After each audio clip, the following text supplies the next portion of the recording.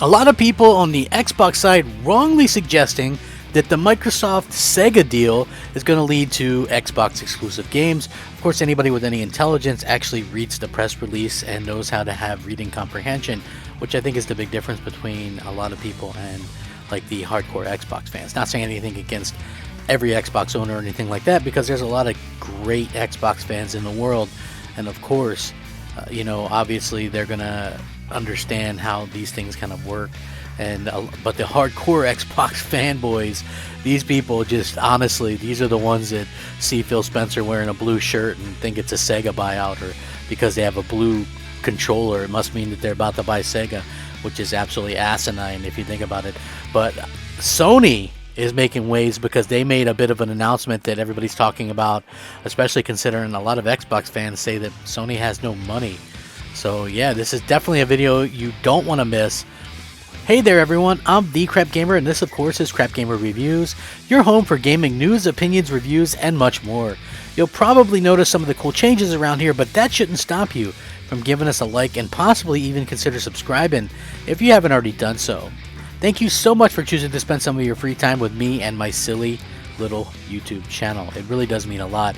So we know that actually recently Sony has been on a bit of a buying spree themselves, and a lot of people are talking about the future and how it's content wars. We now know that Netflix started up and they're offering video games. Amazon's doing video games via the cloud. We also have Google with Stadia, although some might say those are DOA already.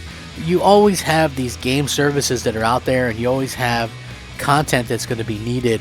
And with so many people out there trying to break into the video game market, it makes sense that obviously more and more people and more companies are going to actually go out there and try and, buy developers. I can remember being a little bit shocked when Amazon went out and bought the original developer behind Killer Instinct that launched on the Xbox One. Now, that made Microsoft have to get a secondary developer to do that, and now, as you know, we don't have a Killer Instinct, and who knows when or if we'll ever get another one, but that's a very bad situation.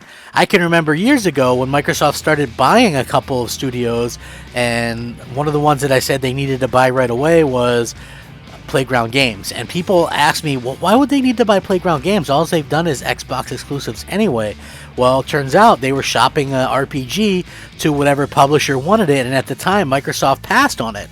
So yeah, it's very important to pick up these developers, but right now it looks like Sony has a ton of cash ready to spend on buying new studios and things like that. They actually have $14 billion on investments and acquisitions planned in the near future. Microsoft isn't the only studio acquiring studios. While the $14 billion Sony has ready in the bank until March of 2024 to spend, thanks to reporting on the quarter 2 earnings from Sony. It has come to light that they have quite a lot of money to spare regarding investments. This year alone, some of the studios they acquired were Bluepoint, which obviously made the Demon's Souls remake, Housemarque, creators of Returnal, and outside of that, they also bought Crunchyroll, which was known for anime, and it's easy to see them making even more acquisitions in the future, in addition to those previously mentioned. While personally I'm not a financial expert, from what I can gather, it seems that until March 31st, 2024, and I've mentioned this before, Sony will have the aforementioned $14 billion to invest in games and expand its already massive empire. Sony's made a pledge to be aggressive when it comes to games and investment, so we're supposed to really expect that more news regarding acquisitions in the future.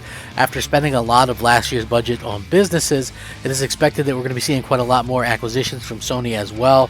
And Bluepoint, as well as Housemarque, is just the start of things, and I think that this is going to lead into much bigger, much broader buying of developers, because like I said, we are well past the console war phase of things. Obviously Sony just wasn't going to get toppled there, but we are into the content wars, which is what's going to be very, very key and important going forward. So I think that that's going to be what we're going to have to kind of look at now is, hey, how can, Microsoft, how can Sony, how can Nintendo? Well, Nintendo seems like they're always going to be there to do, something, but, at the same time, it is very interesting to see how, Microsoft and Sony are both game companies, right? They both do that. And at the same time, they're both companies that do things a little bit differently than each other. So when I look at that and I kind of go, you know what, this is kind of strange, because Microsoft went out there and spent $8 billion or whatever it is, $1 bajillion on getting Bethesda, and Sony is buying these little bit lesser known companies. But just because they're a lesser known company doesn't mean that they're a bad company or can't develop or anything like that. It's just they're doing things a little bit more organically with picking up developers who have actually done some things with Sony in the past, and mostly exclusively, which I like that a lot. Again, some people think I come down hard on the Bethesda thing. You need to check the past, right? Like, I bought an Xbox Series X, or I pre-ordered one off the back end of that buyout, right? I was like, ooh, that's huge news, right? I mean, later on, I kind of look into it and I go, well, it is huge news, but I don't even really play or like Bethesda games, really. Outside of Skyrim in 2011, I can't think of the last Bethesda game I completed, just to be completely honest. So, yeah, it doesn't really mean a whole lot, but it does mean that I guess they're in it, and I think that's something that I can very much appreciate and is attractive to see that. But all their games just seem to be so far off in the future, and that, I think, is something that really kind of is just worrying and troubling to this day. I want to see Microsoft and Sony compete with each other, but I also want to see the games more than anything. Like, where is Fable? Let's see something of it. Let's see something from Perfect Dark. Let's see some of these things come to fruition for a change. I think that's what I want to see. I'm looking forward to being able to see stuff like that. I want to see how Sony can react to what Microsoft's been able to do, and see just the big changes that we see from all the people that kind of support these consoles and things like that. I want to see it. I don't listen, but I also do. I want Sony to go out and buy Square or Activision. No, I mean, they couldn't anyway, but that wouldn't be enough. But do I want Microsoft to buy them? No. Like, I think some of the smaller ones, I think that some of the smaller ones are much more suited for these buyouts, and I think that the big publishers need to stay where they're at in order to kind of attract and keep the console industry where they're at. Like, we don't need, something like Red Dead 3 or the next Grand Theft Auto to be exclusive to anyone, to be quite honest with you. I think that wouldn't make something good come from the industry. That's just really how I feel about it. I mean, when we go into this holiday season, I think a lot of Xbox fans really feel like Halo Infinite is going to go out there and, like, destroy Battlefield and destroy Call of Duty, right?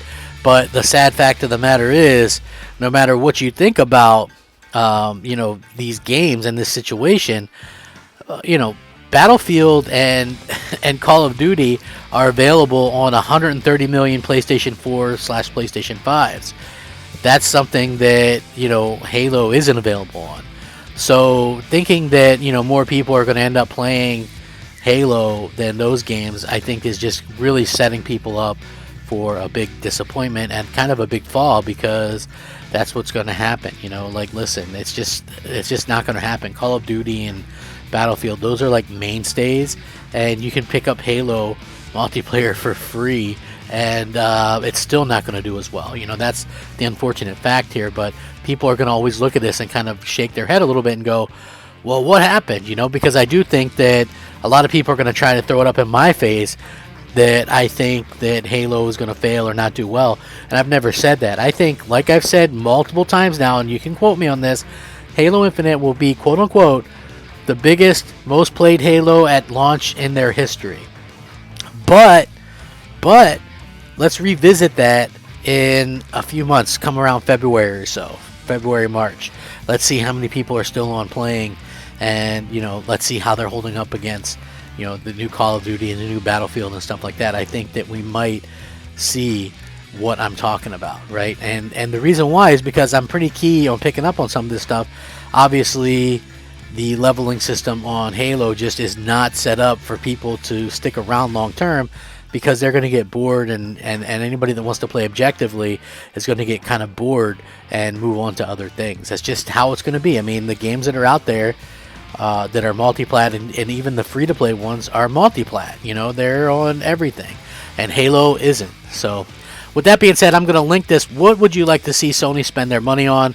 What developers and studios would you like to see them get?